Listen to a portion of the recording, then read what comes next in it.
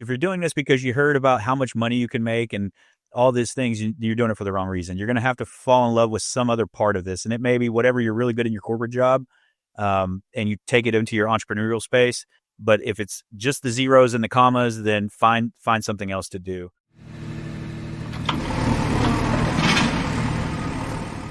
What's up, everybody? It is Mason McDonald and Dan Haberkost with our 100th episode of the Big Picture Blueprint, which means we've been doing this for about 2 years now. First, before we get into it, I just want to say thank you to everyone that's been listening for the past couple years. Dan and I have really enjoyed getting to host and do our own episodes, and it's one of our favorite parts of our businesses that we get to run is having these conversations. And today's conversation was definitely special and probably the most fun and best one we've had on the show ever. But Dan, how are you doing? Yeah. I'm great, Mason. That was a lot of fun. It's really energizing to talk to a bunch of other people in the business and just know that they're dealing with a lot of the same crap that we are, but also there's a bright future ahead because I'd say many, if not all, these guys are ahead of us. So it was really, really encouraging. Absolutely. And today we have 5 guests on our show, all of whom have been on the show before. So if you want to hear their individual episodes, go back, take a look.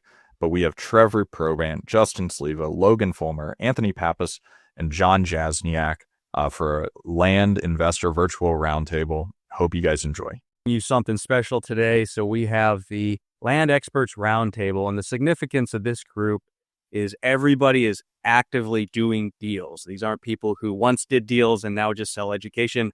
These are people who are in the trenches day in and day out. So we have Trevor Probant, John Jasniak, and Anthony Pappas. Welcome, guys. Appreciate having us up. How's it going? Everyone want to give a quick background for any listeners that don't know you on who you are, starting with Trevor? Yeah, born and raised on a cattle ranch out in San Angelo, Texas, 3rd generation land investor, and we do a bunch of value add in Oklahoma and Texas. I think we bought and sold over 55,000 acres now. So, Damn, that's a lot of land. My name is John Jasniak. Been doing it since early 2017, largely subdividing land development, mostly in Texas. Specializing in, similar to Trevor, value add, chopping up lots. Haven't done 55,000 acres, but I think it's about 10,000. Although Trevor does the larger ranches, I like the 1 to 10 acre lots. So guys, Anthony Pappas, mainly out of Arizona. I do stuff a little bit different than Trevor and John, more focused infill lots and multifamily entitlement within major cities. Biggest guy on campus right now. Even though you buy your deer antlers that you have behind you on Amazon for show. But to continue some of the conversation we had going before hitting record, what marketing channel is working right now in your business? What's not working, and what do you feel like is the best? And we just had Justin Sleva join us, so we'll have Justin quickly introduce himself and then add him into the mix of the conversation. Justin, if you want to do a quick 30-second spiel. Awesome. Justin Sleva, land investor, fund manager, guy that likes to do stuff around raw dirt and have a fun time. Been buying and selling raw land since 2016.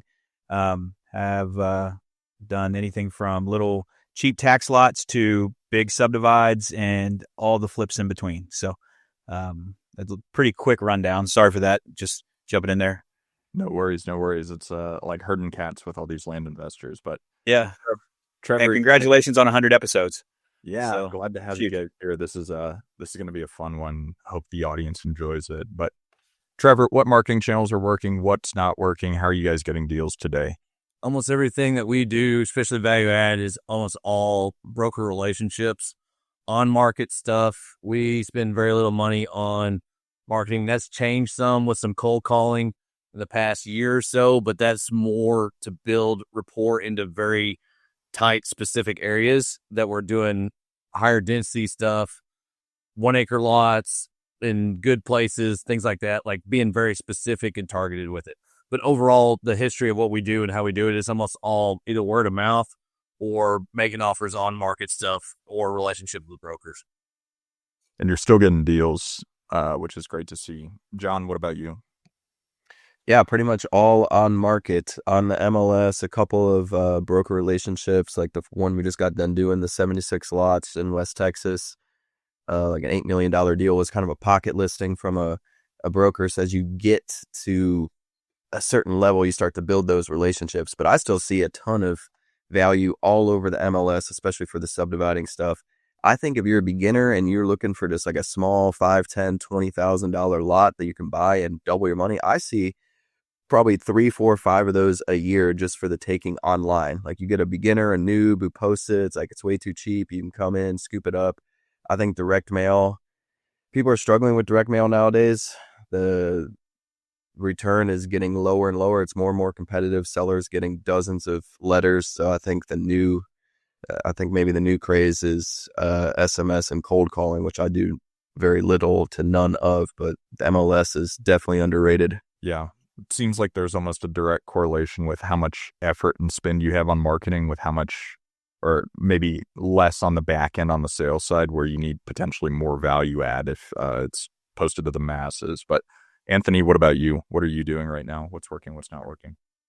Cold calling's our bread and butter. It always has been. Every time I venture out of that realm, we find out how humbling other marketing strategies can be and how expensive they can be. Direct mail does well for us, but we've seen that we have to touch that same person 3 to 5 times to show that's how we stand out compared to a lot of other companies that hit them once and disappear. I've had people that have called me back 2 years later after mailer that like for lots that we really want, that we'll put them on like a cycle of every couple months, we'll send another one. And they'll like, and what we've seen is in the past, we used to slowly try to increase our offer. Now we'll hit like our maximum allowable offer and start pulling that number down. And that starts to encourage them to reach out like, hey, what's going on? You offered me 185 last year. Now you're offering me 170. I'm like, well, the market shifted. Interest rates are higher. The land market's softening. Looks like we're heading into a recession, depending on how the government handles this stagflationary period we're in. So we're having to hedge our bets. We've actually canceled a lot of contracts recently, just as the market shifted, and kind of paint that fear a little bit of where the market's heading. Obviously not lying, but we are trying to use the current market and the news cycles to our advantage. So anytime there's something bad in the news, we're definitely bringing that up. Like, well, how do you think this is going to happen? And here's the amount of active inventory for land in your area. Here's the average price and we're investors. We need to buy it at a discount. Some other stuff that's worked for us is going after stuff like the tax delinquency once it hits a Liz pendant stage. So as soon as the auction has been scheduled and there's that heavy pain point, has been really good for us. Obviously it's a little bit harder to do because it's a lot more legwork, scraping the data and doing all that kind of stuff, but that's been good too, because there's that pain point of someone has to sell. It's no longer, it's an investment, I'll sell for the right price. It's like, hey, if you don't do something, the county's going to own this in the next 30 days. So what do you want to do? What about PPC? How's that working? It's off to a slow start. All right. I'm giving it some time to work itself out. There's some, we've been running it for about 3 months. We've got a couple contracts signed. Nothing's closed yet, but it's a very expensive endeavor so far trying to make this thing work. And so we'll stay tuned. We'll circle back in a couple months and see if it was worthwhile. There we go. And check the show notes for Anthony's affiliate link for his PPC ads he's running. Justin, what about you? What marketing channels are working on the acquisition side? So I'm going to echo every one of these guys. We have used PPC this last year. It kind of saved us in a few deals. On market, like John talked about, there's no marketing cost to that. You just a little bit of sweat equity. We did 4 on market last year, 5 on market last year. This year we've done 3 so far that we pulled off market, and they're simple subdivides. You buy between a 40 and 60 acreage, split it up into 4 to 5 tracts, and then put it back on the market. What really was our big shift for that is the exit, being able to own or finance some of those smaller tracts, which helped us continue the throughput. Then we're still using direct mail. We have a 6-letter kind of regiment we do. It's letter, range letter, or neutral letter. Then it goes into postcards with either offer or no offer. We have different varying postcards that we go through there. So there's a stack that we run in that. And then they're also getting ringless voicemails on top of that, on top of the same list. For us, since we shop the same 200-mile radius, you'll see get inundated with mail coming in. Then they get the ringless voicemails, and they recognize the name, so you get some brand loyalty there. But then you have, as John said about having and Trevor has said as well, having the relationship with the brokers in the area, and you know what your exit's going to be. It does help that on market. They know who you are. They know what you're going to buy, and you're going to come with cash to close. So it does help kind of throughput that. So for us, it's been on market. It's been our direct mail, and then some PPC. Sweet. And we just had Logan Fulmer join us. Logan, we just had an episode come out with you. So if people want to hear who you are, just go back and listen to that episode. But the question that we just asked is what is working in terms of marketing channels to go get deals, and what's not working? First off, I'm going to apologize. Had a little bit of trouble this morning to get in, but we're here. So thanks for understanding. For us, marketing, we've been through a couple different phases early on. We went through a phase where we were sending offers. Like we would basically do a mail merge and send out offers at 30 cents on the appraisal district dollar at one point in time. We also went through a phase where we were using cold callers. Outside of that, we've been direct call. We do pretty decent research actually, and then direct call. And it's not VAs, it's people in our office, high paid, well-trained salespeople. And I know it's a little more clunky, but our returns are different. We'll get 25 to 30 calls, or 25 to 30 property contacts basically will result in a deal. So we're having very highly targeted lists. And we figure out how to find these people. When you're buying a bulk list and skipping it and VA calling it, that's a very large volume approach. And it can work, definitely does with a lot of people, but we've chose to go the more laborious route. But the people we're getting are the people that other people miss. And that's why we're offering them pennies on the dollar, like literally pennies.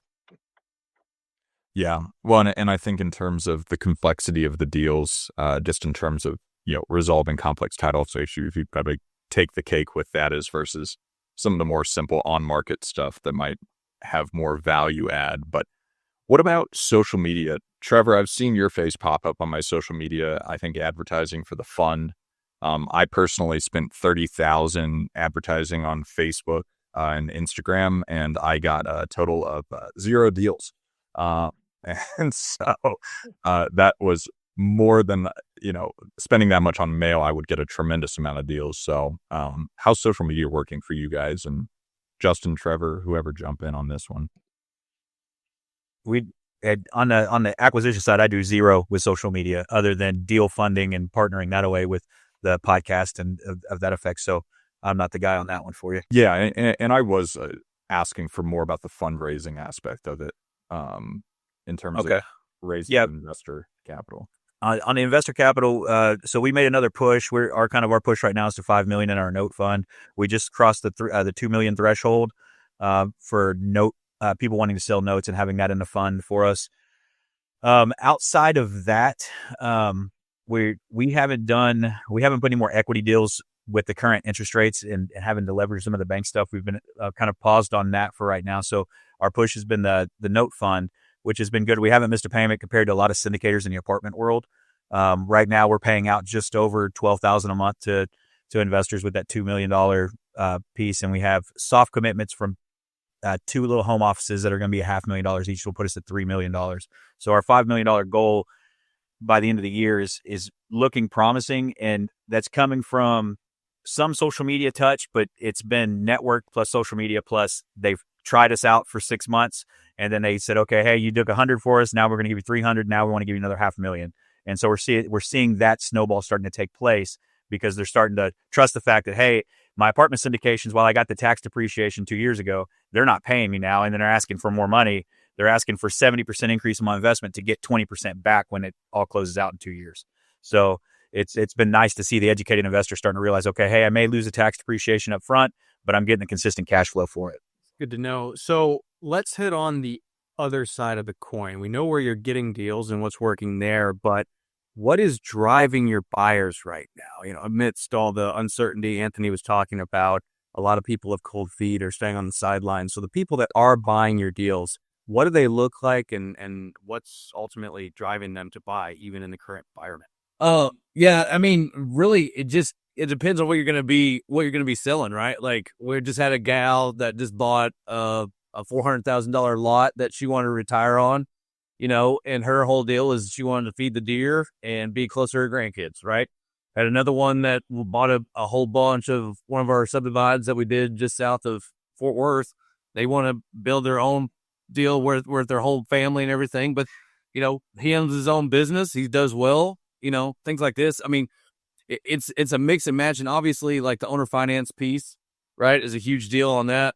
To be able to bring that to the marketplace for a lot of people, like you're gonna have people that would just want dirt and want a getaway place that want to be able to retire on. Hopefully, the way everything is going, man, like affordable places that they can actually own before the end of the world that have low taxes.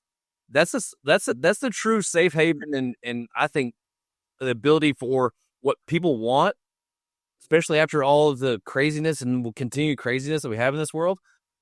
A little 5-10 acre, whatever it is, in southeast Oklahoma or Arizona or Central Texas or things like this, like they just want tranquility. They want to get away from all the craziness that the world just forced us right now. At least that's what I see, and that's when you talk to the actual buyers.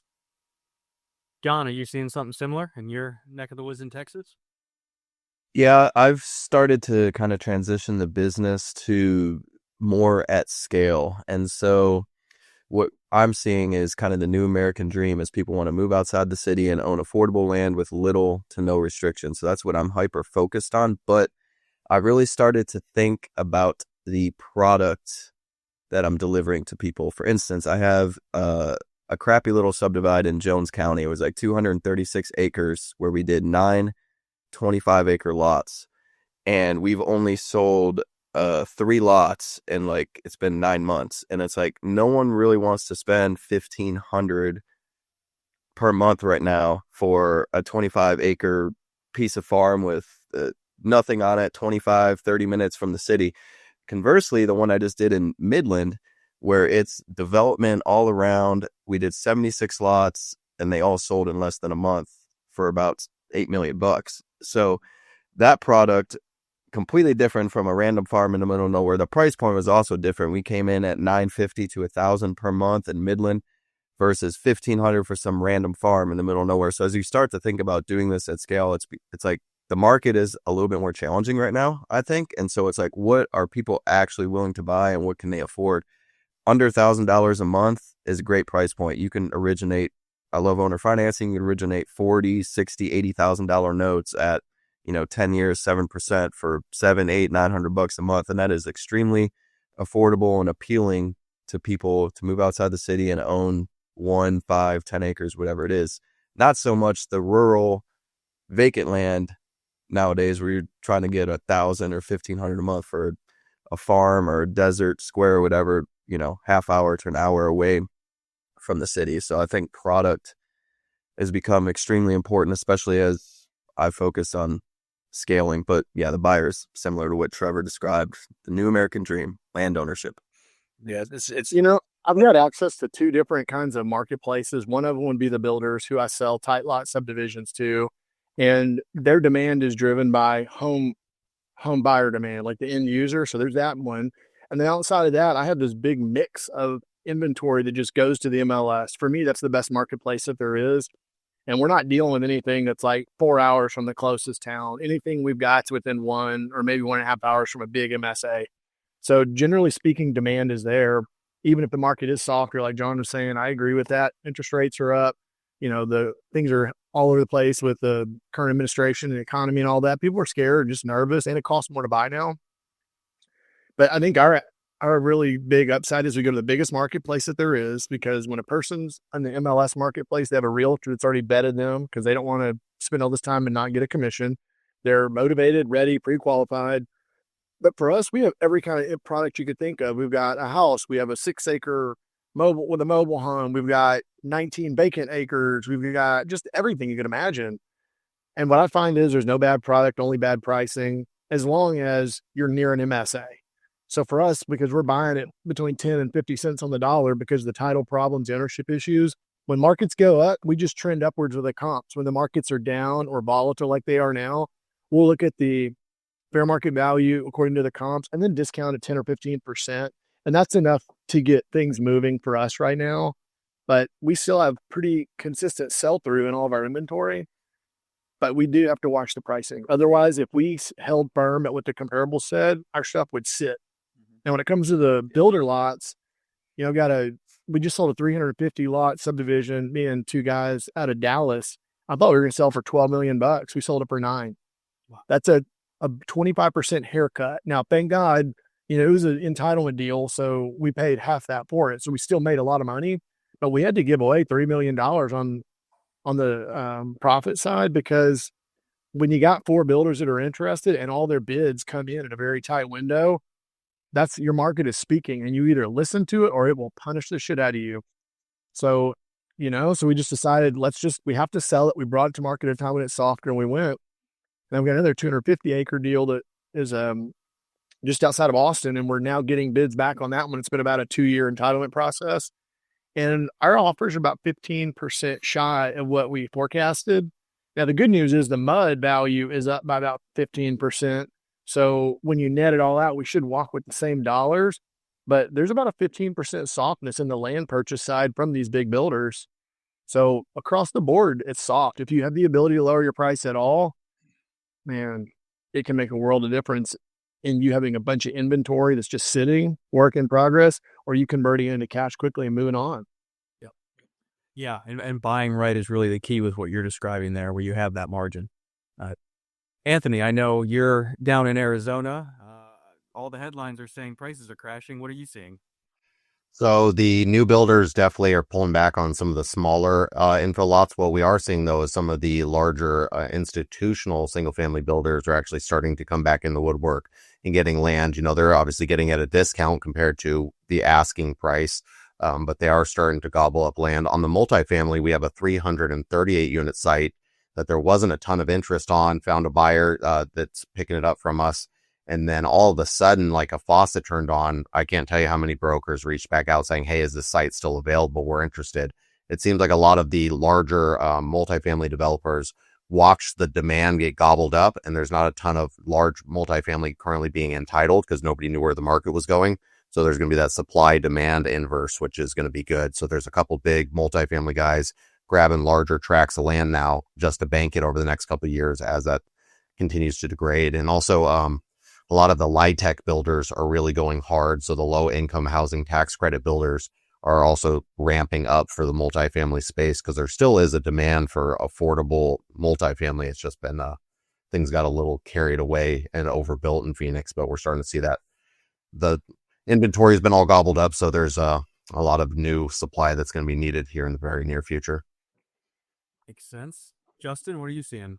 Yeah, we're seeing the radius that we were, I guess through COVID, we were blessed to see it 3-4 hours outside of a major metro. You're starting to see that come down to that hour to hour and a half where guys are saying, yeah, I kind of want the American dream. I want to have this recreational piece of property I can go out to, but I don't want to drive that far anymore. I don't want to get back in traffic because everybody's on the road again.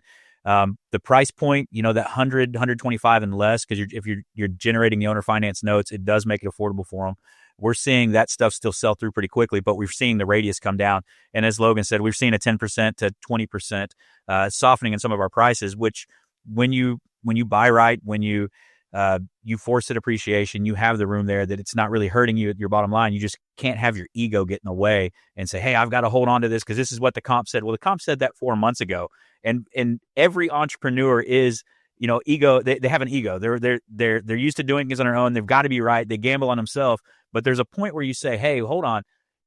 10.5 and 9.5 aren't a big deal if you paid $5,800 an acre for it. So you make your money, you move on, you put it into something else. One of the other things that we're seeing as well as our bigger properties, the 1031 money, it's starting to show back up. And I think it's people starting to exit because they're getting nervous because the housing market's softening, or they're selling bigger properties to downsize a little bit. So we're seeing that cycle through too, where if you understand how to help somebody with the 1031 or land banking stuff, you can process that for them. And, Trevor, wasn't the lady that bought out at Mule Creek Ranch, she was a 1031 from her property she sold out, wasn't she?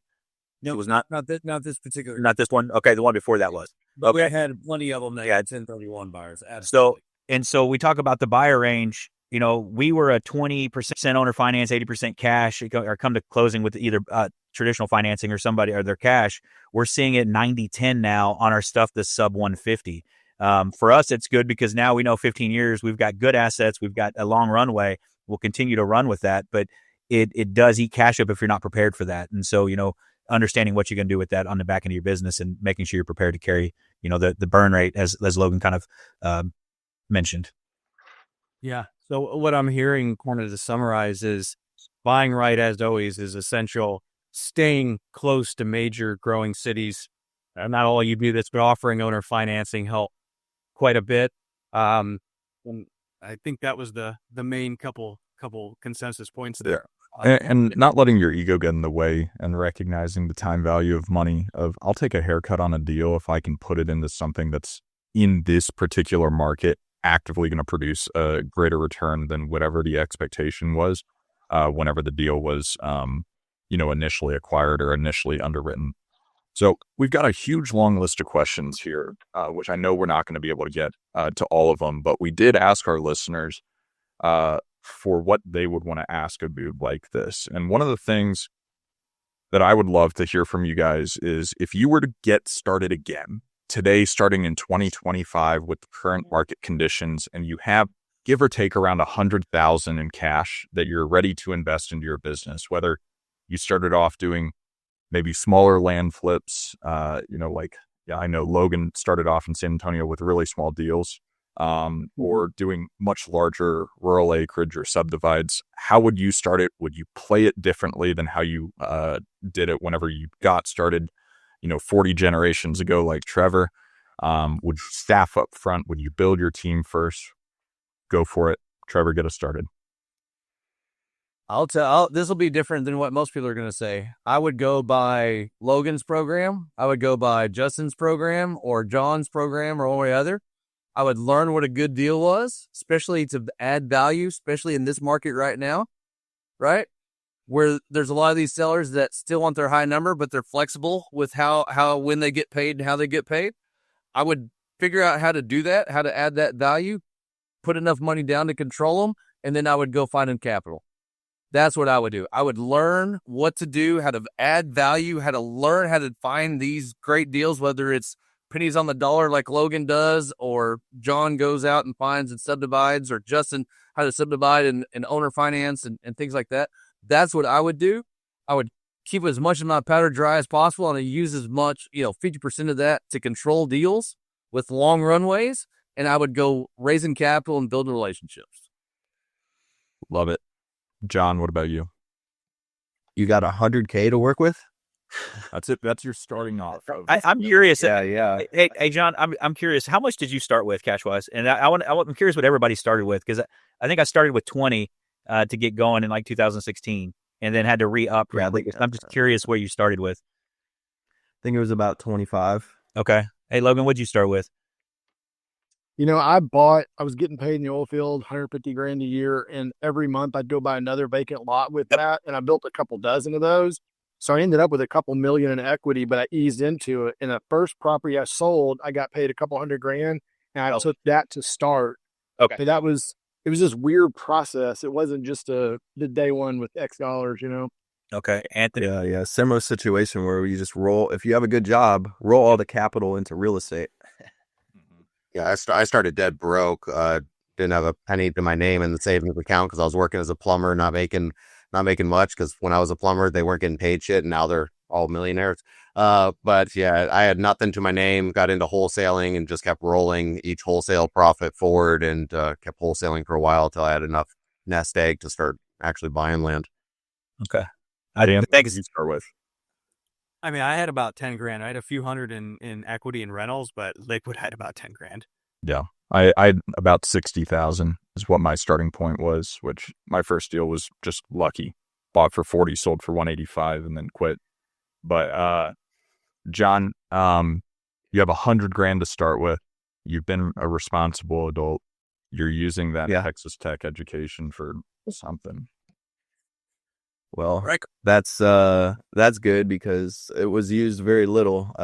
But Look, I think if you're a beginner, you skip all the BS of nowadays of direct mail, of flipping, of cold calling, all this BS, and you go straight to the top. And that is probably starting with some small development project, whether it's some sort of distressed property like Logan's doing or a subdivide like many of us are doing. I would obviously recommend a smaller subdivision. In real estate, it's securing the deal, then it's securing the funding or financing, and then it's selling it or cashing out. And so go secure yourself a relatively simple subdivide, whether it's 40, 50, 100 acres with little to no improvements. You can double your money.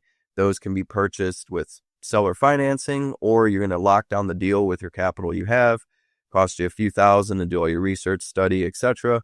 And then you'll go and raise the money, and you buy 100 acres for $3,000 an acre, and you double your money. You make $3,000 an acre. You made $300,000, and those deals nowadays are, I would say, they're simple but not easy. I mean, you definitely got to figure out what the heck you're doing, know all the regulations, etc. But they're out there, and I think it's a lot easier to do that than to try and mess around with sending a bunch of direct mail and handle all your inbound leads and get frustrated because you're not getting direct mail response like people used to, and you're trying to figure out all these different counties and states and areas, and you're blasting all over the place. So I would go straight to doing probably a simple subdivide. That's my opinion. Secure some pretty good financing and just keep it simple. That's awesome. Anthony, say you didn't spend all your money on guns and cars and had $100,000 saved up. How would you get started? I would dump a bunch of money into sales training. That's one of the most important things that I did for myself, and I watched my own success in the industry grow substantially after I got into understanding sales and how to actually talk to people. Because before, that was the biggest bottleneck for me, was being able to, communicate effectively to people and why my pricing is what it is. So I'd do sales training. I would get into a good program, finding highly distressed assets that you can get for pennies on the dollar so you can maximize your return, get a couple of deals under your belt, and then move into, like John saying, some of these subdivisions. Or if you can tie yourself to a bigger boat like John and find someone great to learn from, just expedite the process and go straight there. It all has to kind of reverse engineer what they want their life to look like. Do they want to do infill lots in town? You can make good money flipping infill lots and doing, 10 unit apartment entitlements, or you can get outside of the town where competition may be a little less, and start splitting things up. So it all depends on what they want their business to look like long-term. Yeah, absolutely. Justin, I think you said you started with 20. Yeah, right? We started with 20 on desert properties and then sold out, and then owner finance, took another unsecured loan, and kept growing from there. Here's my problem with this question is you're asking guys that have already went through the struggle. So this person has $100,000 and they're wanting to do it. That guy's not fucking hungry. And excuse my language. Is he going to be hungry to do that? Because every one of the things that they listed, these gentlemen all learned because they were hungry and they wanted more, and they had to grow it. They had to roll it. They had to figure out the distress piece. They had to, learn something. So the education base here is coming back in time. Give me $100,000, but the same education I have now, it's going to be totally different than being hungry and trying to grow from there. The simple subdivides, if I don't want to spend any of that on marketing, is learning what a good deal is, Trevor said. The simple subdivides, as John said, those are, to me, what would be the easiest, thing to look at right now.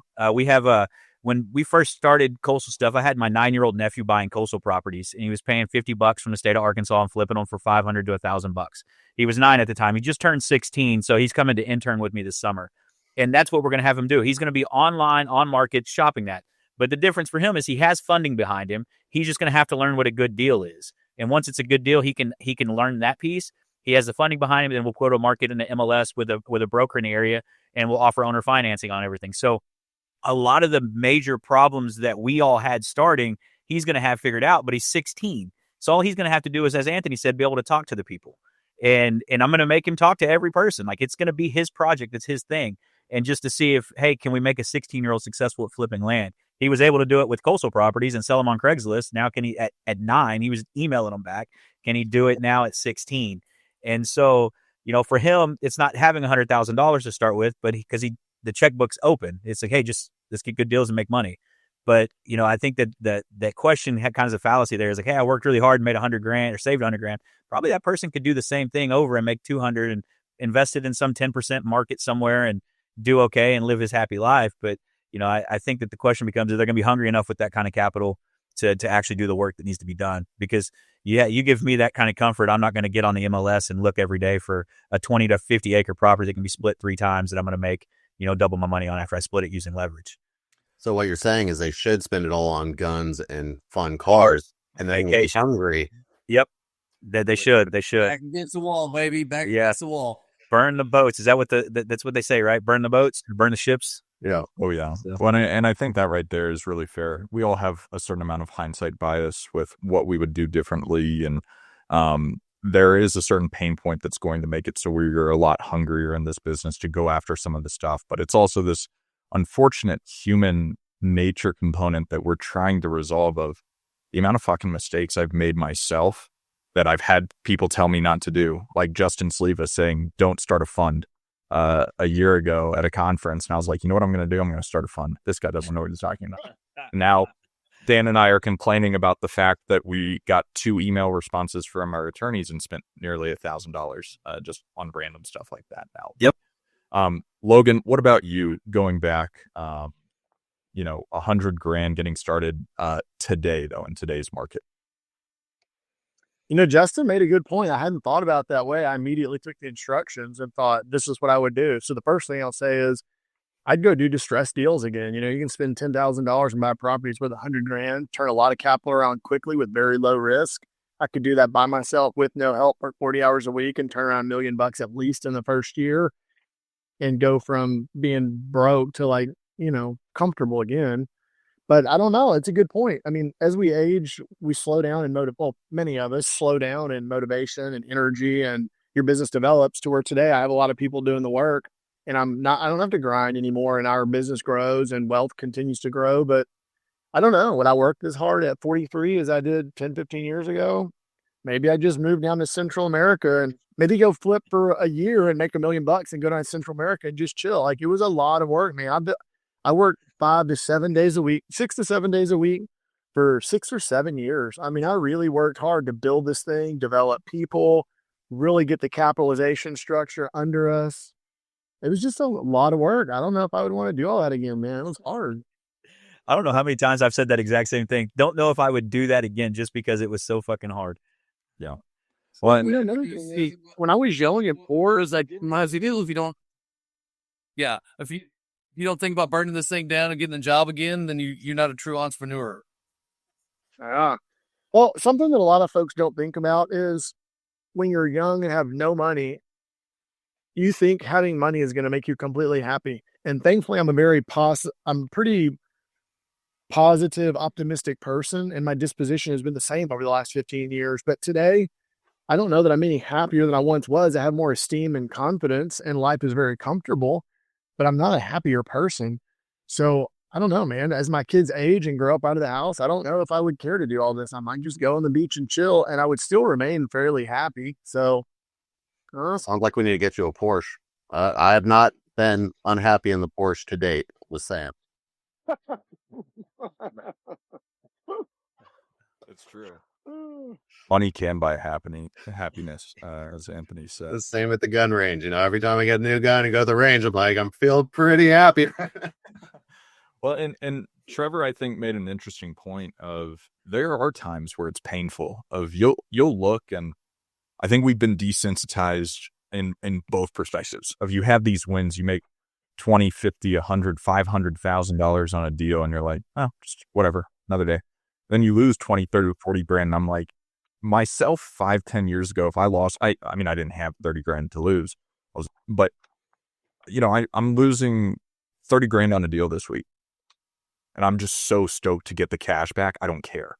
And you become desensitized in this. And sometimes you're like, man, maybe I should have stuck around my job, for a little bit. I had so much success in the corporate world. And then you come here and you get burnt a few times, but I'm only 4 years into this. I still have a long, long way to go. But to kind of stay along this track, are you happy with what you're doing? And we can run through everyone, starting with Trevor. Are you happy in this business that you run and have created?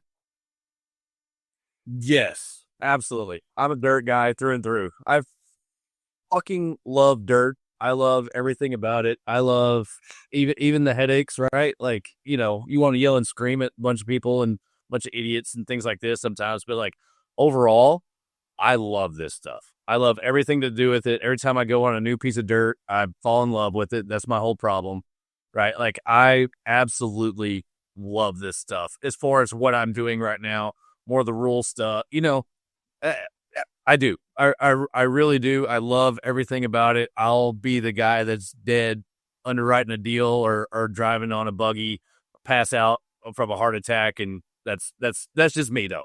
But that's the way I've been my entire life, right? I always wanted to be outside, doing stuff outside, doing everything else. I'm not happy when I'm not traveling and seeing places. That's where if I spend too much time here in this office, I'm not a happy person. Even though it makes more money, you know, things like this. But me being on the road, looking at properties, talking to landowners, I could do that all day, every day. That's awesome. And I think something to pull out of Trevor's answer there is that you became an entrepreneur a lot of the times for the reason of freedom. And we have this tendency to trap ourselves in a job, which is why it's like, wait a second, I chose to do this. I need to choose to make sure that I've created and I'm iterating to make it so where it's something that I love and enjoy. It doesn't mean it's going to be easy and not take a ton of work to do, but I do think that sometimes we forget we have a choice. John, what about you? Are you happy with what you're doing? Yeah, I echo much of what Trevor said. I freaking love what I do. I love land. I love the opportunities that it's afforded me and just the creativity of it and all the stuff I do on social media. I bought the town, of course, just the whole land brand. I love it. And I think most of all, I love doing deals, like looking at deals, like getting creative with deals, like crazy deals where you got to put them together and organize them and figure stuff out. I mean, it's all problem solving at the end of the day, but from a larger perspective, a higher level, I think you gotta love it. I mean, if you're trying to do this business or really anything in real estate, and you don't love it and you don't like what you do, you're going to struggle big time with it. I mean, no one wants to be stuck doing what they don't want to do. And I mean, this business and real estate as a whole has a lot of flexibility, which is awesome. You can get financial freedom. You can get freedom to move and work in different places remotely, all that good stuff. But it's not a business for everybody. I think a lot of us were pitched this business at the beginning that it's passive income. You're not going to do anything except sit on your butt and collect checks, but it is far from that. And so if you don't enjoy it, I would not waste your time on it. I would go find something that you do enjoy, because I mean, there's plenty of ways to make money. If you just want to make simple returns, I mean, you can buy a note or invest in Sleeva's fund or whatever it is. But if you want to actually operate and be in the trenches like all of us are, I mean, if you don't love what you do, you're freaking screwed. So John, you're saying Rich Dad Poor Dad book lied to all of us? Yes, and so did some of the OG land gurus. Sig lies. There we go. And we are going to take this question in that direction in just a minute. But John, I think, you know, that's the beauty of this business is you don't quite know exactly where it's going to take you, where your greatest profit center might be the brisket that you're making on the weekends. Can end up. I wish. Hey, I'm gonna vouch for Cornudas. I've been there. It's a cool town, and the staff at the restaurant is they were great. They treated me well. It was definitely cool to step foot in the parking lot at Cornudas. I have to say it. But it's out there, so make sure you have gas getting there or gas getting to get out of there, because the next gas stop coming back this way is a little ways. There we go. You need to put a gas station in, but He's got that, but it's $15 a gallon, and I wasn't paying that. It's 10. It's 10. Yeah, I'm messing with you. And one other point I want to draw out of there, which, you know, from one of my favorite books, So Good They Can't Ignore You. It's the passion hypothesis, where everyone's told, go find what you're passionate about. Where it's like, you didn't know whenever you were, you know, getting oil field education, that you were going to be really great at structuring land deals and negotiating these and putting all this. You've become passionate because you've learned how to do it and you've gotten good at it after years and years of hard work and hard effort, which is something that a lot of people won't spend enough time getting good at something, and then they'll never enjoy anything in their life because they always suck at everything they do. But Anthony, what about you? Are you happy in what you're doing? So I'm a glutton for pain due to a pretty bad childhood, I guess, because that's probably why I've gravitated so much to what Logan does, because I have no problem taking on the messy, dirty, litigation heavy situations. And at the end of the day, I'm like, oh, I want to drink today. But then again, I kind of enjoyed the thrill of the mess and the fight and stuff like that. But for people watching, you don't have to be the top guy to make a ton of money in this industry. And you could still have weekends and nights off if just plug yourself in with a bigger boat. I mean, there's some of the best investors in town right now, and people would be blessed to get on any of their teams. And now you have someone to go fight those legal battles and sit in the depositions and file the specific performance and deal with the memorandums late at 6 p.m. because the seller accidentally signed to somebody else who lied and said they were part of your company, which may or may not have happened yesterday. So those are the kind of things, that if you don't want to deal with that stuff, you can still make 6 figures plus a year just getting tied to a bigger boat, and you get all the benefits of working in real estate plus the advent of having someone else deal with the headache. So I know it's super sexy. Everybody wants to be an entrepreneur in the modern world and be their own boss, but it also comes with a ton of risk and a ton of time you're going to invest and a lot of stress. Like if you can't handle that level of stress, you may want to find someone willing to step into that role for you, and then you can live the life you want. That's kind of my takeaway from it. Because there have been some down months where I'm about to call Logan or Trevor and be like, hey, you guys hiring right now? I'm coming to work for you. That right there is a critical piece of advice for people that are getting started, or even if you're further along. Having a job is not the worst thing on the planet, especially if you're working for a team who in whose mission you're aligned with and you enjoy the people, and that's awesome. And also think about estimate your abilities. If you've never run a large organization, it might be really, really hard and beyond your capabilities or capacity to actually run something big, where you might make more as a salesperson for someone, that already has the systems and financial backing. Justin, what about you? Are you happy? Oh yeah. I think that the big difference is what drives the happiness. For me, my brain works in problem solving. And I think I heard that kind of several times. And so while land, the asset, I find that every piece of land has a certain view that just looks beautiful to me. And so I try to uncover that on that piece of property. Outside that romance side of that, it's the problem solving aspect of this. Like, hey, can I fix this deed? Hey, can I fix this access? Can I structure this deal in a way that it makes sense that we're going to make money? And whether it's the asset is land or it's a multifamily or it's the challenge that for me is what drives that happiness, because my mind works that way. And I think we heard that across the board here is like, hey, I want to fix this, or I want to try this, or I want to do it. So we're not saying, hey, I just want to be a real estate investor. No, we drive that problem. We want to be involved. We want to conquer it. It's our way to have that conquest where we're solving something that's a little bit more.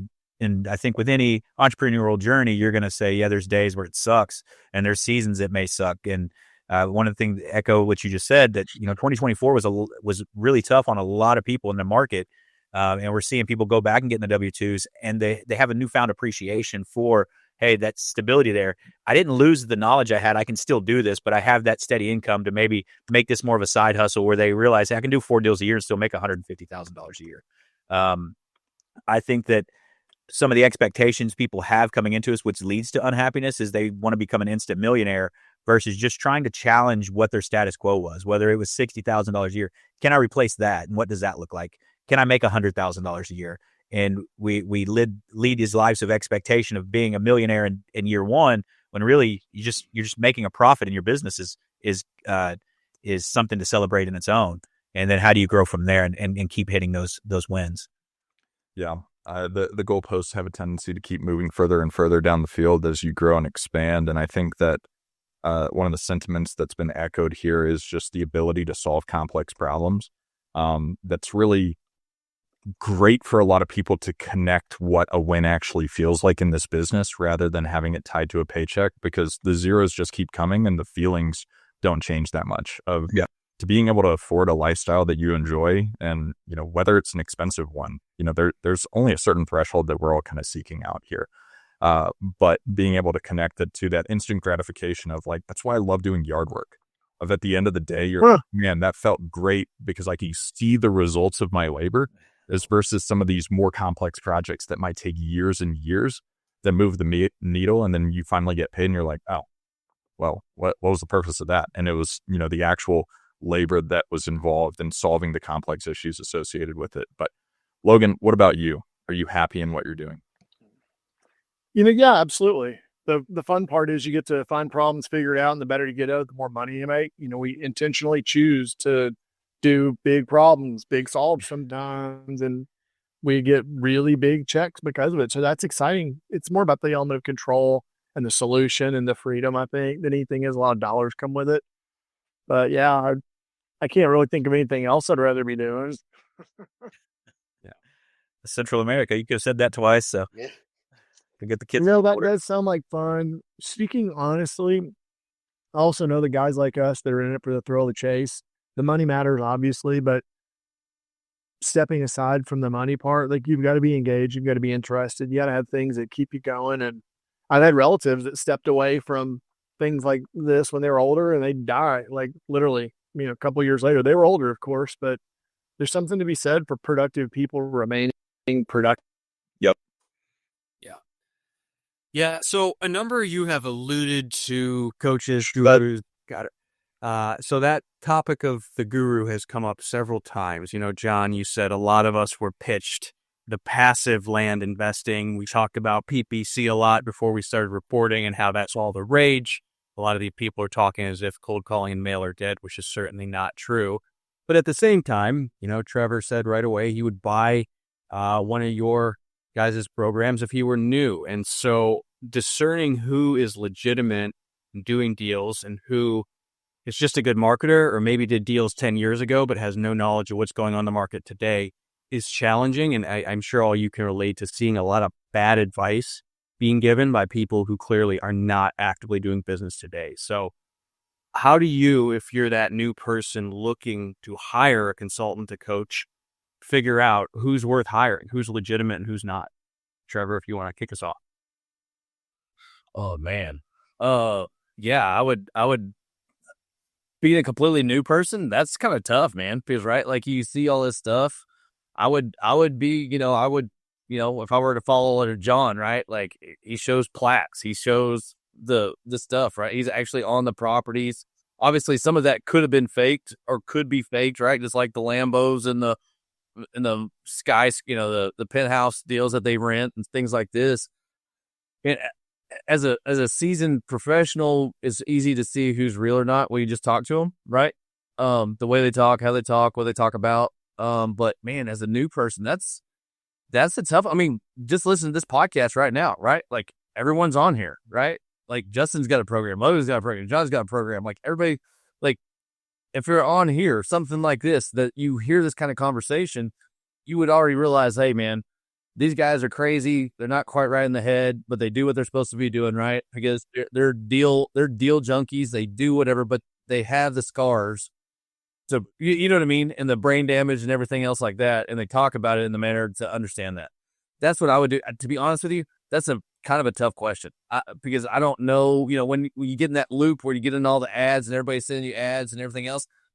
I don't know. That's a pretty tough one going back as a complete newbie. Trevor. Man, I think your bullshit detector's got to be good. When we hire people, we look for attitude, aptitude, and bandwidth, and we have core values of integrity and hard work and things like that. But we've been really good at hiring people. And if you're interviewing a coach, all you're doing is hiring a coach. Mm-hmm. I think I'm surprised when I hear people got duped by somebody. I'm like, dude, that guy's a piece of shit from the beginning. How can you not see that this guy's a scumbag? And I know that you're a very skilled scumbag, so I don't want to discount that. But I mean, I spent time talking with John at an event in Dallas a couple of years ago. He and I were just podcasting together. And I remember walking away thinking, this dude's legit. This dude's honest. This dude's a good dude. And I feel like my gut was right because I was listening to the cues. I don't know. There's just something about your gut. At some point, you have to trust it. And if your gut is developed, that's what you got to go on. That's what we do, I think.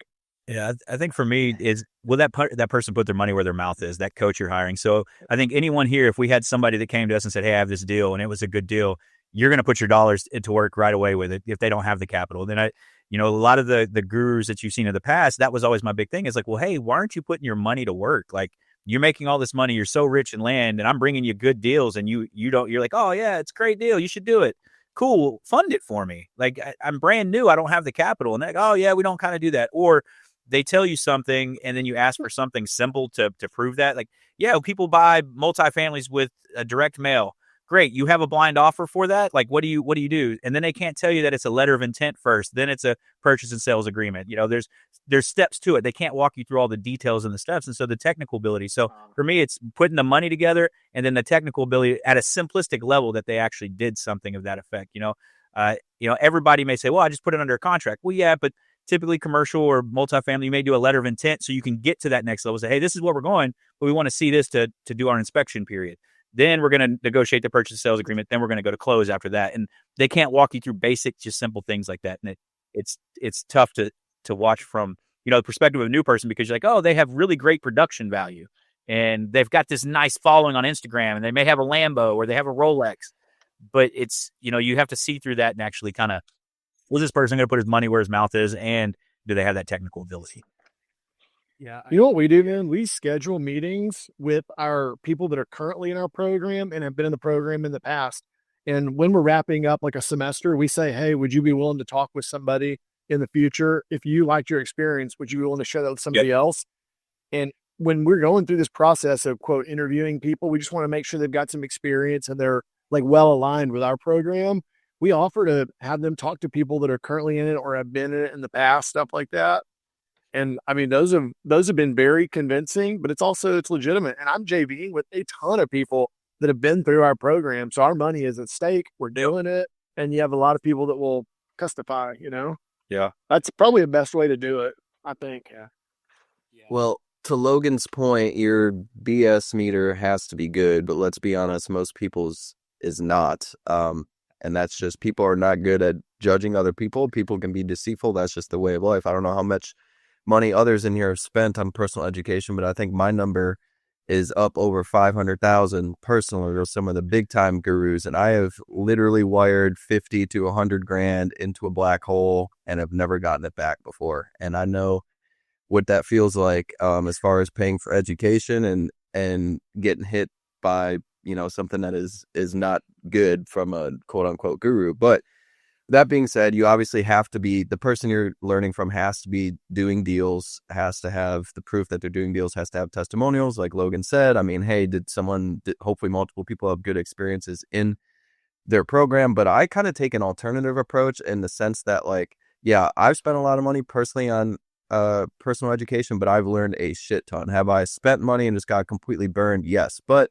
I think you will learn something from anybody, even if it's a complete BS or beginner. Like, you should be able to get some gold nuggets from literally every program, every person. But the problem that people make when they go to get coaching is that they expect this crazy over deliverance of value, which hopefully the quote unquote guru can provide. But really, at the end of the day, it all comes down to what the quote unquote student is putting into it and willing to get out of it. Pretty much all of us here are self-made. We all bought a course at Once Upon a Day or program to get us going, to get us started. We learned a few things, but then we just took it and ran with it. So all these people who are just blindly going in to buy coaching and training and all this, they're doing it with the wrong mindset, where they're thinking, oh, this guru is going to completely hold my hand. It's going to be a one-stop shop. They're going to teach me everything that I need to know. And that's just impractical viewpoint, in my opinion. That person is there to give you, the right direction, hopefully some golden nuggets to help you along the way. But at the end of the day, it is the quote unquote student's responsibility to get whatever it is out of it that they want to get out of it. And that takes perseverance, effort, work, determination, an open mindset, willingness to learn. And it's really up to the student to make it happen. I think that's two amazing points there. One is, as entrepreneurs, I think we're all naturally optimistic. And if we see what looks like an opportunity, it doesn't mean it always is.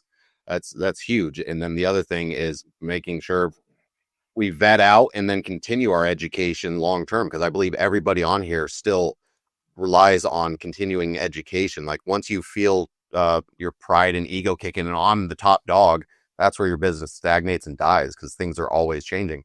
I just went through Logan's course in this most recent go around, and it's been life changing. Not to be overly dramatic, but it opened my eyes to some new ways to do things that I would have never thought. And I'm sure if I were to go through John's, it'd be the same type of situation where I'd be like, oh, why have I been so stupid about this? I could have saved myself all this time and effort on these lot splits, and I'm doing it this old school archaic way. So it's just great points to take away from that.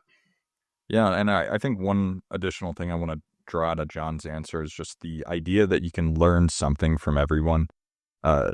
Jordan Peterson's 12 Rules of Life, that's one of my favorite, kind of life advice books. And that's one of the points, like chapter 7 or something, that, make the assumption that you're going to learn something from everyone that you talk to.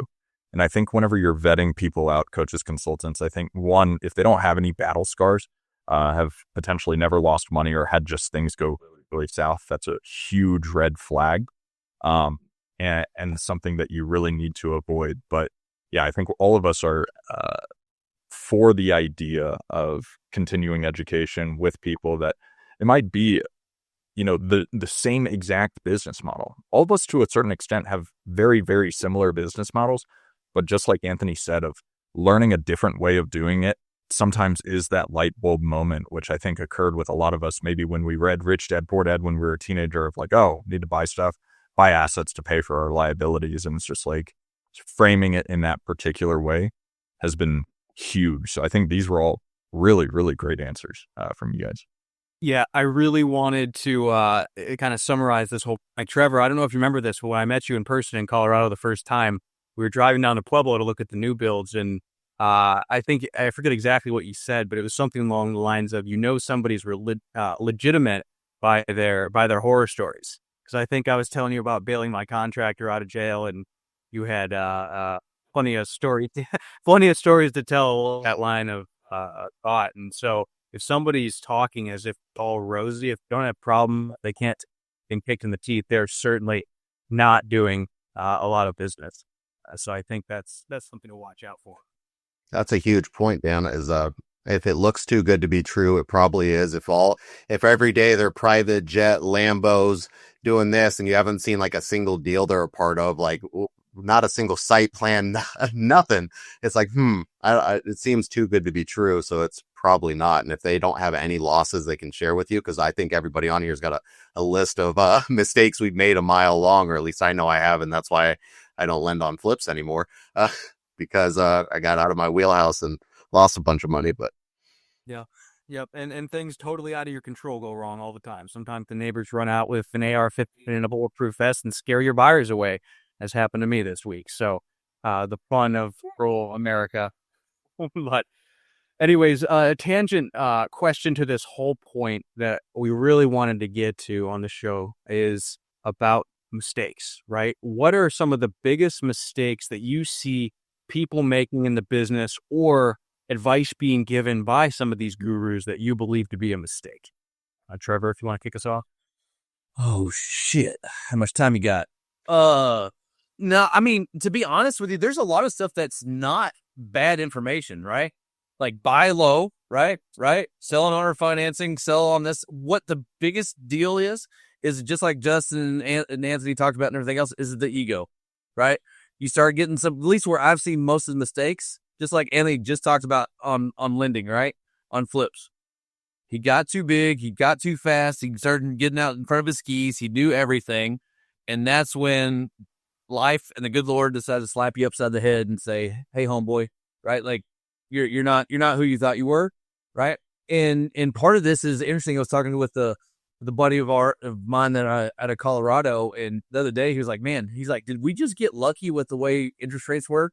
He's like, because it feels like we just got lucky, but we did all this business and now it's slow because of interest rates, right? Like the dirt hasn't changed. The cost of capital has changed, right? The dirt didn't change from 20 to 21 at middle of 22.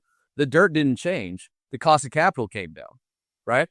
That's the only reason, like same thing with Justin, when we talk about owner financing, 150 and below, is affordability for the everyday person, right? And again, we didn't do anything wrong, right? But usually when you get hung is when you get too big, too fast, and you don't follow the rules that you gave yourself or someone told you about, right?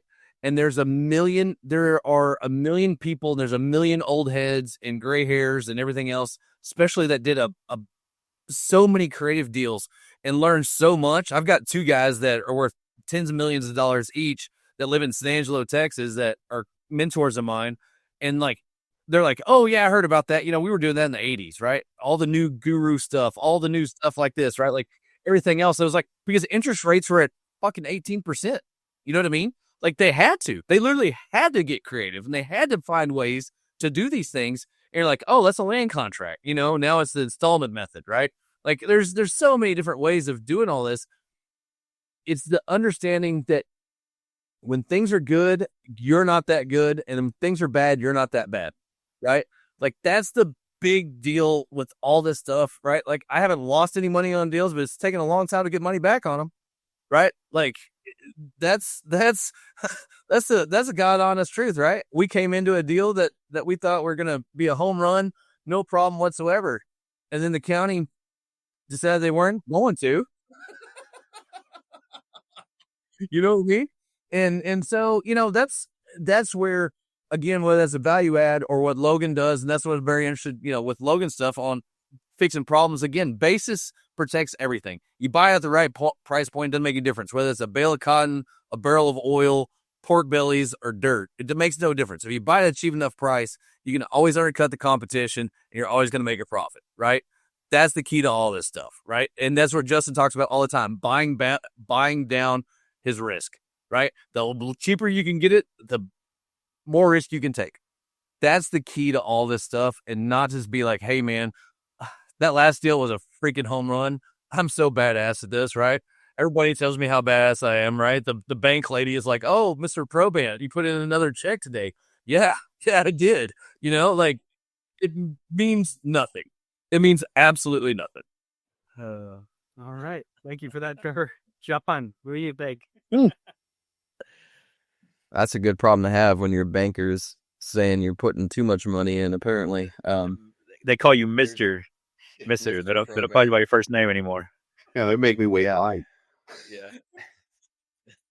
Well, there's so many different ways you could go with this. Obviously, I think a few of the major mistakes and things I see going on, a lot of over delegation. They're just hiring VAs, think there's some sort of easy button in this business. People have gotten away from boots on ground, actually being in the dirt, nitty gritty, learning the market, studying, researching, doing all the hard work instead of just, all being outsourced to some DA or some cheap labor to handle acquisitions. And it's like people then will over purchase or purchase in the wrong market where land is not going to move. A lot of people don't start building relationships. They think they're just going to sit in their home office and buy land remotely, which you certainly could. You can make money that way, but I mean, you're going to need people to fund your deals. You're going to need people to pass you deals. So building relationships. I mean, a lot of people are not on social media nowadays. That's a huge mistake. You got to have some sort of website, Facebook presence, probably Instagram. I mean, it really depends on your demographic and market, but there's so many different ways to take this. I mean, those are just a few of the bunch. I think, having the ability to just be a continual learner and put in the hard work. There's no easy button. This is not a get rich quick scheme, unlike most people were taught it was maybe back in the day. Well, John, something I want to really hammer home is people tell you this idea. You already said it once before, but that this is a passive business and that you can delegate or abdicate all responsibilities and do all that. If you want to do that, invest in someone else's business. That's it. Yeah. You're not going to be able to pay, any coach or anyone to create a business for you that's passive unless you're just investing in theirs. And that's something that is just an absolute lie, because as soon as a question comes up that your VA that you're paying $3 an hour in the Philippines doesn't know the answer for some zoning variance that's going on in some, whatever it is, you're lost and your model is not going to be successful. So if that's another red flag. Well, you could buy land notes too, or buy performing notes of whatever it is, houses, whatever, at 16 to 20% yield, and you just got a monthly paycheck coming in. I mean, that's the easiest route, in my opinion, to make put it in money instead of on your butt. John, you mean 14% yield is what we're selling them for? 14% yield. I actually meant 12. Yeah, 12 and a half. Here we go. I've got 3% if you're buying. I see 15 to be out of 16. Anthony, what do you have for us? What's the really shitty advice you're hearing? And so that's kind of the touch on what everybody else is saying. Everyone's saying it's going to be easy. Here's my system. You can't fail. You're going to hire these VAs. You're going to skip trace this list, and they're going to do all the work for you. I mean, everybody on here could go buy a $250,000 CNC machine and go make aerospace parts, right? Technically. But if we don't know how to run the CNC machine, we're not going to get very far. So it's kind of the same thing I see plugging in a system you know nothing about. Like if you're getting all these leads all day long, but you don't know how to close a deal or what's a deal, how are you going to succeed? And a lot of the information is the person teaching you still active in the business, because they may be teaching you information that's a year, 2 years old. And same thing, if they're running on an old software on that CNC machine, that's not the new system you're using, you're not going to get very far either. So it's understanding that there's no plug and play that I've seen yet. Maybe someone has it out there, but so far I haven't seen it. You have to know what you're doing at the end of the day to, one, make sure the VAs, if you're hiring VAs, know how to cold call. How are you going to listen to their calls and give them pointers on how to close a deal if you've never closed a deal yourself? You know, how are you going to deal with title issues that you've never dealt with before if you don't have a good group around you that's actively dealing with that? Like I called Logan yesterday, freaking out, like, hey, I got a big rip that's falling apart. What do I do? I've never done a memorandum in Kaufman County. And he's like, this is how you handle it. Boom, boom, boom. So having people in your corner that you can rely on is huge, but you're not going to get that if you just think it's a plug and play system and you can be hands off and it just churn out money. Yeah, Anthony, this is why I'm glad you said that sales training is the first thing you'd invest in, because if you're going direct to seller, it's a little different if you're going on market and just buying on market. There's still an aspect of negotiating, but especially if you're going direct to seller, you need to know how to negotiate. And to your other point about people teaching what worked maybe 10 or 20 years ago, in our school group, Mason and I had a guy that was new saying, oh, I think I'm going to mail Lee County, Florida, generic land offer letters at 30 cents on the dollar. And we just laugh like, man, please just, donate it to a charity or give it to us for telling you that. That's a waste of time. There's a lot of people teaching what used to work. But Logan, you want to comment on the question? We've gone a lot of different directions. Give me the exact question again so I can be Set to. I think it's biggest mistake. The worst advice that you see. Oh, I thought we were biggest mistake we've seen. Okay. That's okay. This maybe wouldn't be a total mistake, but it will be a difference I've watched. Everybody generally in the market has gotten accustomed to buying services for this business. Folks are offering every service possible, big data, big skip tracing, big VAs, big CRM. And all this is developed in the last 10 years as the market was hot and the small to mid cap real estate investment business has really taken off. And one thing that I find is interesting is that a lot of folks, when they come into our program, they're specifically used to doing all that and being more a manager of these services. And in our program, you have to have people that are doing the skip tracing because we use a special program that's high quality data, but a person has to run it. You can't just bulk skip it. And we don't call 300 people in a day. We're only calling maybe 5 or 8 in that range. So you have to actually research each one. So we are much lower volume of processing for the leads, but we have an incredibly high hit rate. So people are used to running all these data programs and all this stuff and just managing this third-party stuff, which is a very low return rate. We have a very high return rate. So I see people that have gotten accustomed to doing things in a lazy way. And we're reminding people, whoa, we're back to the basics. We're going to show you how to build this really big company with very affordable spend and very low head count, but you are going to have to put in the work and train people to do it. So that's kind of a thing that I'm seeing happening in the marketplace. I will tell you the biggest lie ever is passive investment. Unless you're buying a blue chip dividend that pays you 3.5%, a blue chip stock that pays you 3.5% dividends, man, there ain't nothing that's passive. Mortgage notes aren't passive. You might have to foreclose. You got to see if these assholes are keeping up on their insurance. And even if you have a property management company that does that, you still got to look at your statements. You still got to make decisions. You still have to reload that note portfolio because in 7 to 10 years, it's going to diminish. So there's all these things that the passive lie is for sure a lie.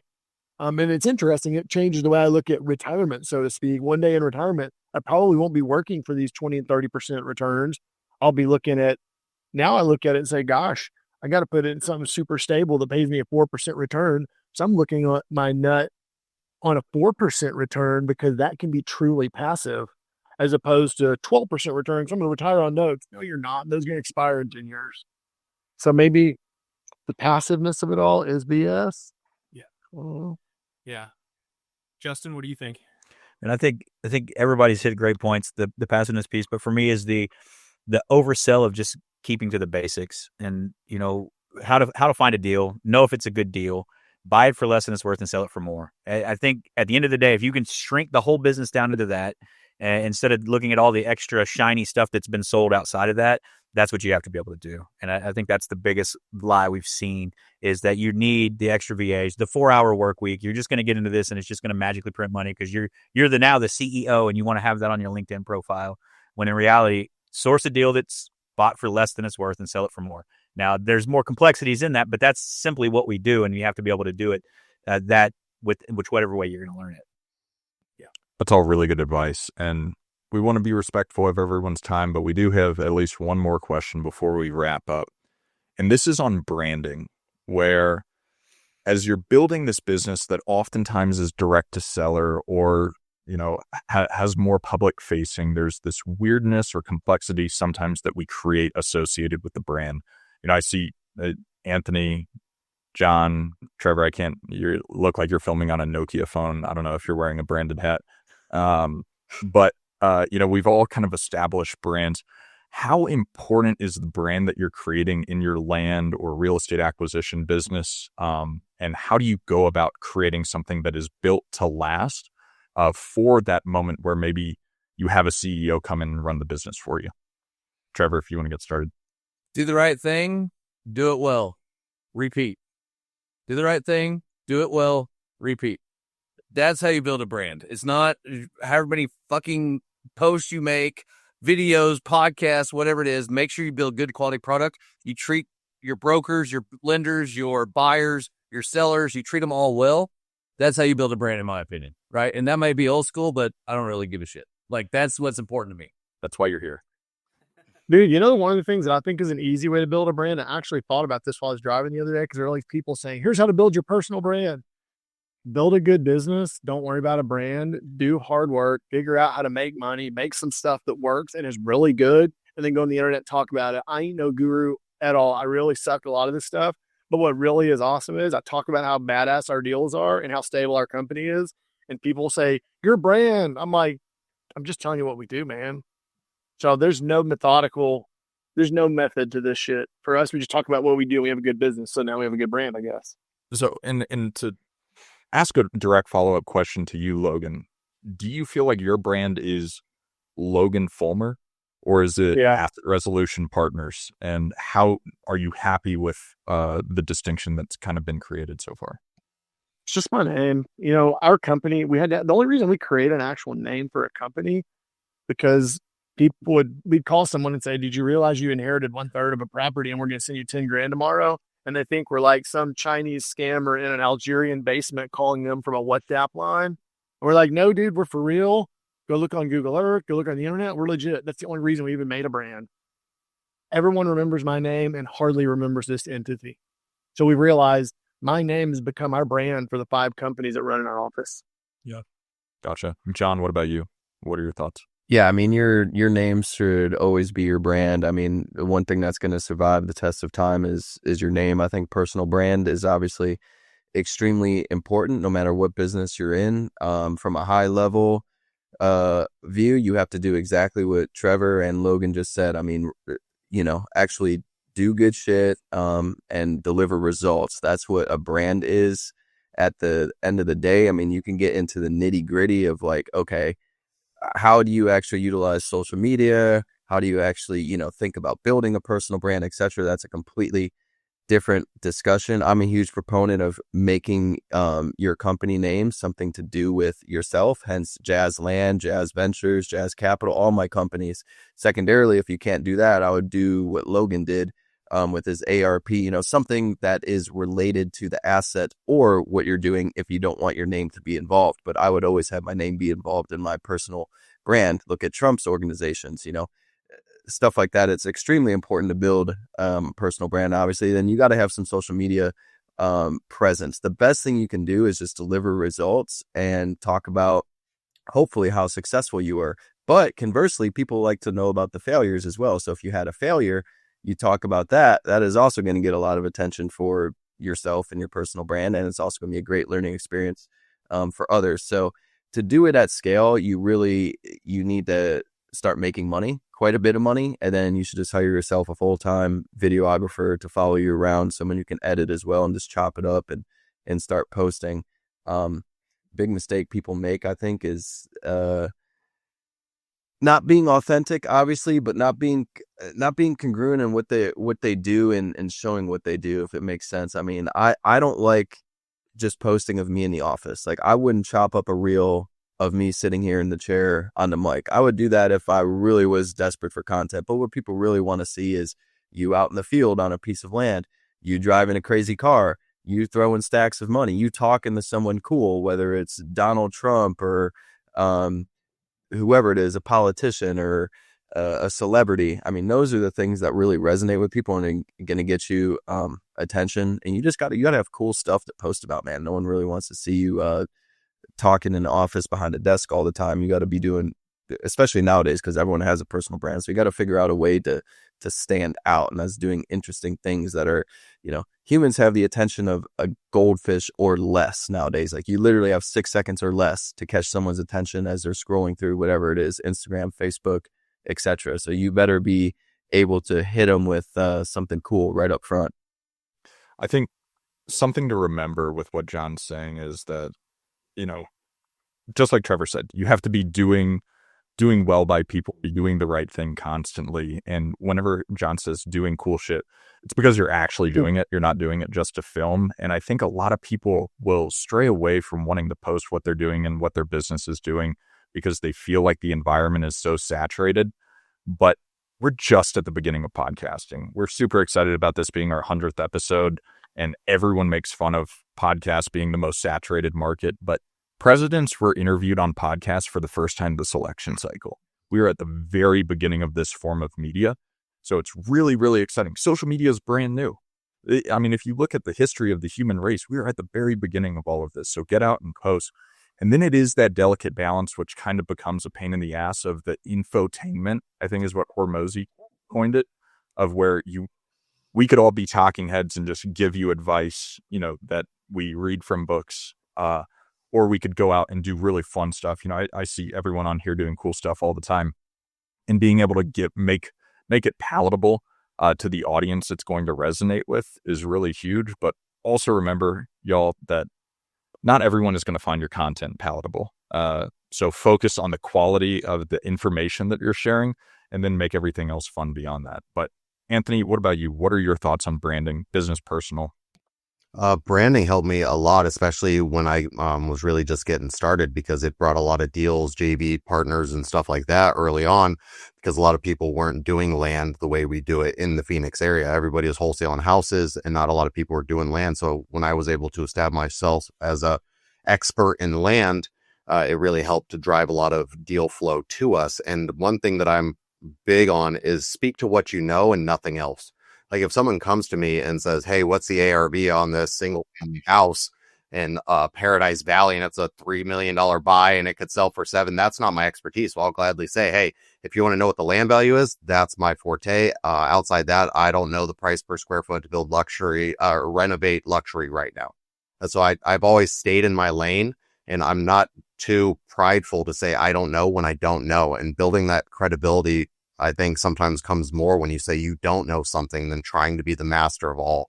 And that's done really well for me. So I kind of situated myself as a land guy, but with a caveat. Like, we focus on infill lots, multifamily rezoning and entitlement, and some lot splits within an hour of major cities. We're not doing giant master plan communities.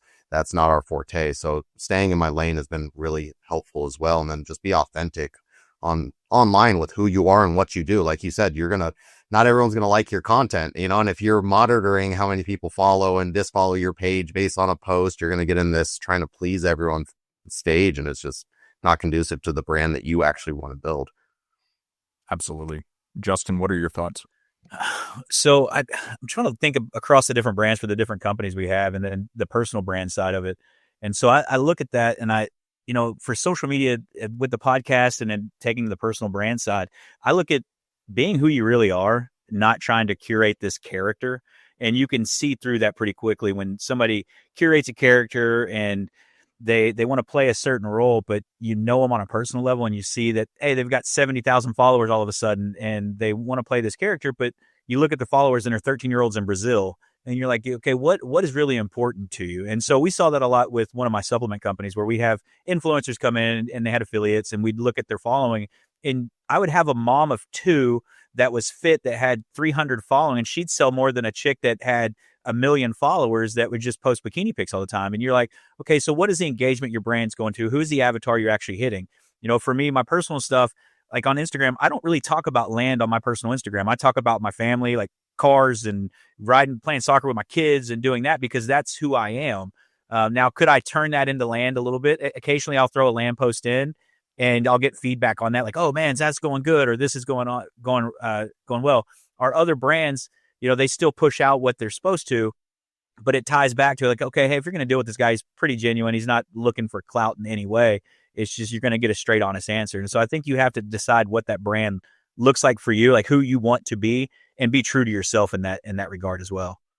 That's a great answer. And I think it's kind of around the principle of, 100 or 1,000 fans that are actually engaging, as the person that buys 1 million followers and gets, 4 views on their reels, because, it's just not authentic. Yeah. Logan, you sort of answered the question, but want to hear your thoughts and add on to it. But touching on something Justin said, and tying it together with finding a mentor, find someone that's got the life you want and follow that person's every step, because we can stand on the shoulder of giants just by mirroring something we've already seen. Like, I've always looked up to Trevor and Logan, John, all doing amazing stuff. And you see the family side of it too, that's like, they're living the life I want. I would love to have a happy, healthy family like that. I would love to follow these guys and figure out what they did. I remember meeting Logan at a wedding, and he was so humble and gracious with his time, had his wife with him, and just seeing the family dynamic and I was like, this is somebody that I want to emulate in life and kind of steer my life towards. Same when I met Trevor and got to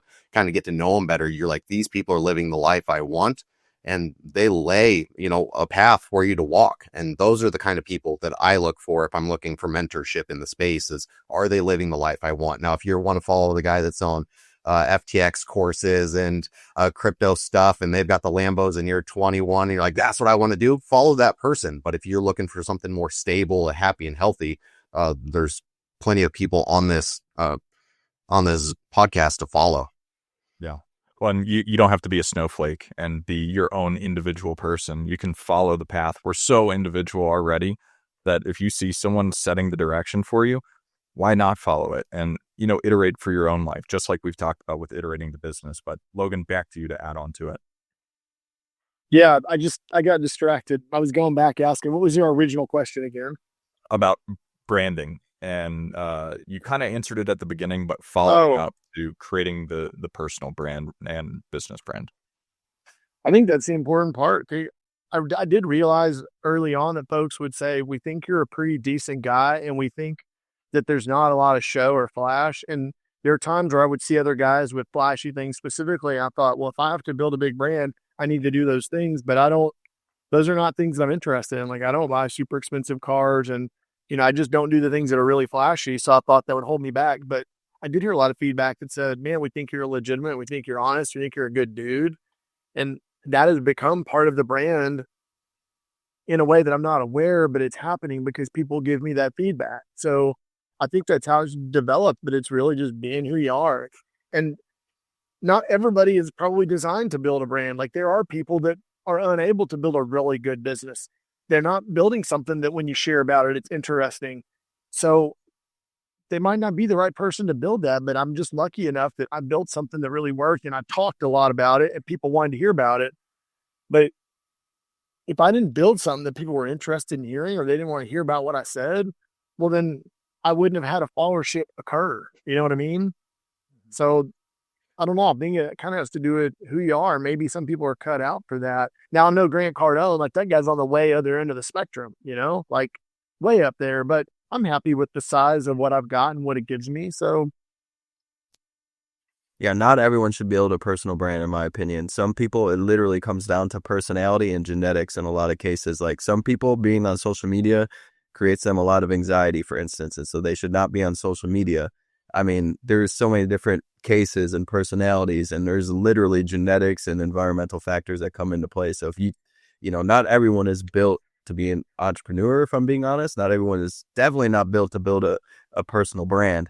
Not everyone is built to be a land investor. So it's, don't think like this is for everybody, but there's a lot of utilities to it for sure. But you have to do what's right for you. Yeah, I think I just tell people to go try it, and if it works out, good. If it doesn't, we'll do something else. Yeah, exactly. There's plenty of other shit that I tried that didn't work, so I did something else. This just happened to work. Well, so many people tie their self-worth to whether they succeed or not. I know I've been guilty of that in the past, is, oh, if the deals are falling apart, I must be bad. And being able to separate yourself from the role that you're in is huge. And I wish I could take credit for that, but someone much smarter than me put that in a book once. And that's something that I took to heart, is just because you're failing at your role doesn't mean you're a bad person. John, are you saying that I have the genetics for a podcast? Is that what you're saying, and not social media? Non-video. He was talking about me. I was like, damn. Bro. Radio? There it is. You gotta, I don't know, maybe you're more of a radio guy, Trevor. I'm not sure. You're great. Get you maybe a little bit better video, then you could, all the avenues will open up. It's a potato. Well, guys, I know we're already a little bit over, so we just want to wrap up here with parting thoughts, advice, anything that you have to say to our audience here before we end the show. Trevor? Man, entrepreneurship is tough. Real estate is tough, but it's awesome, right? I suggest if you're going to get into this, like, listen to this podcast, hook up with some of these guys that have programs. More importantly, surround yourself with people that are just like Anthony was talking about earlier, right? Are where you want to be. And then don't complicate the damn thing. Just do it, right? Just like Justin said, right? Buy low, sell high, buy at the right price, add value, sell up, still below market, right? Get the shit done, fix problems like Logan does, whatever that is, but don't try to do all of it at one time, right? Spend 6 months, I would say a year. And like you said, like Mason was talking about, keep a job, man. Like, if you really want to, if you're brand new, keep a job, make an extra $150,000, $200,000 a year. Then you can decide what you want to do after that. John? Yeah, there's a million different ways to make money in this world. It doesn't have to be in real estate. It doesn't have to be in land. If it is, this is a small community. Get to know these people. But look, 2025 is here. As we're recording this, there is a lot of opportunity out there. I don't know what you're interested in, why you're listening to this podcast, what you got going on, but literally the sky is the limit as far as I see it. As we go forward here in the future, there's a lot happening, a lot taking place. Be able to adapt, wake up every morning, learn something new, and I think the world can be your oyster. A lot of boomers selling their land. Anthony, what do you say? What do you have to say? You just have to ask yourself, what am I willing to sacrifice for the life I want? What helped me was I got rid of Netflix at night. I got rid of music in the car. I replaced it with podcasts, educational, started reading at night. And it sucked. Everybody else is going to the lake and having fun. And here I am reading another book. But now I'm living a life that they all wish they could live because they weren't willing to sacrifice. So it all came down to, what are you willing to sacrifice for that life you want? I imagine everybody on here went through that same struggle as they got started of, you're not having the fun. We're not going on the skiing trips and then going to the bar and doing all that fun stuff. But now everyone on this call could go take a month off and it wouldn't affect their bottom line. They could go live a life that they want with travel. I mean, we're all probably a little psychotic, and I don't know if any of us could be away for an entire month without getting some sort of deal going. But that's one thing that I took to heart, and I try to pass forward, because it comes down to just the sacrifices must be made. Logan, what do you think? One of my favorite things that I've heard in the last couple of years online, and it just continues to mean more and more to me, is no one knows what they're doing. Some of us do it anyway. As we guide people in our coaching program, I mentor people in my business. You know, there are times where I'm charged with being a leader a lot, and it's not because I'm like the best leader with all the leadership skills and whatnot and charisma to boot, but it's really just, I'm not sure what's happening, but we're going to get the most information we can, and we're going to trust our gut, and we're going to head that direction. We're going to do it the best we can. And we've been lucky that does a lot, and we've gotten a lot out of that. We've been right more times than we're not.